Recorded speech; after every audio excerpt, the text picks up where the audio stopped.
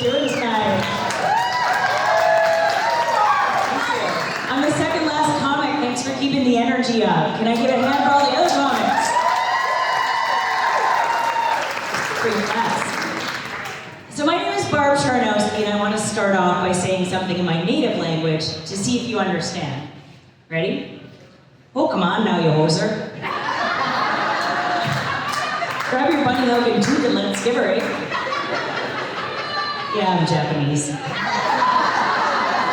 Okay, Canadian. But I've since learned American, so let me translate that for you. Down, down, down, down, down, down, put it down, skid out here. That's kind of what it sounds like. But I never knew that I had an accent until I first moved to the United States. And I phoned home for Christmas, talked to my dad, and he's like, yeah, no, Barb, just watching hockey. Oh yeah, the weather's great, eh? It's only -20. And I'm like, is that what I sound like? No wonder I can't get a date. But I think the biggest difference between Americans and Canadians is that Americans are OG, and Canadians are more OG. OG because nothing ever happens in Canada. Nothing. And that's because at every four-way stop, it's all, you go. No, you go. Bob, you got kids, you go. Sally, I know I'm late for work, but you drive the Zamboni. We're that nice. I mean, we're so polite, it ruins our sex lives. It's all like, you come first. Oh, you. I'm not stopping until you come. But you're driving the Zamboni.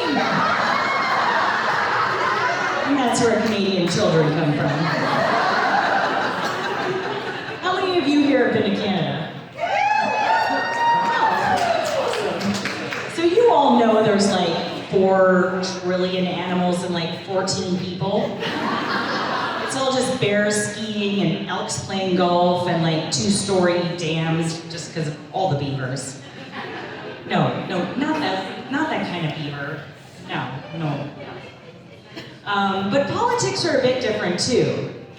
I can feel the silence that's coming over me right now when I step over to politics.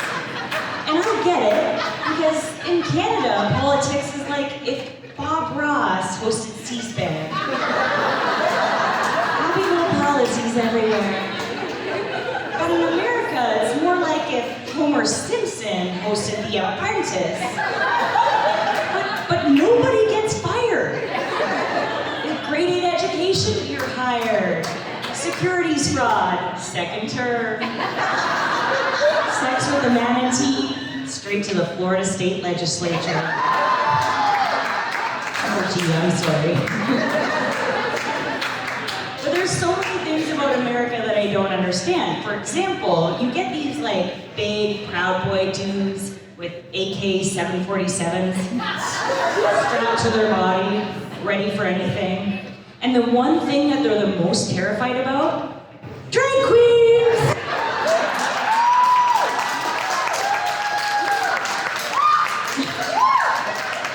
Who knew perfect makeup was so scary?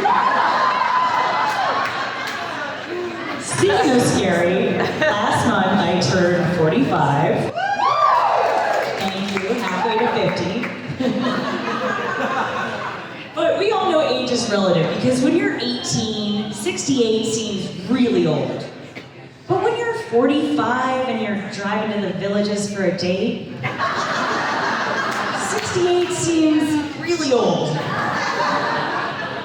But sexually, I wasted my youth. My strategy was to be a safe slut.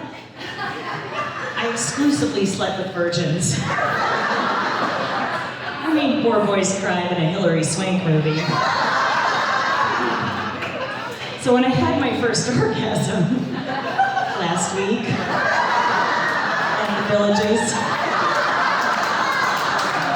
I knew this Canadian beaver just finally let that dam burst.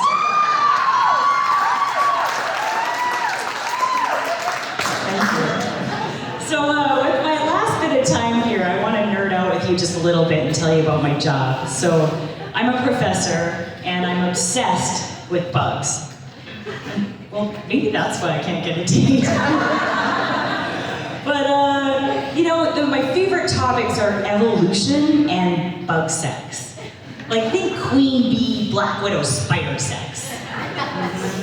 And in case you didn't know, males and female interests sexually are often diametrically opposed. Shocker, right? Because males compete for females to sire all the children. And females really just want to test the entire market. So I want to leave you tonight with the two most valuable things that I teach my students. For males, if you want to keep her interest and stay alive during mating, you better bring tasty snacks. And females, if you want to maximize your evolutionary potential, you gotta embrace your big ol' slut.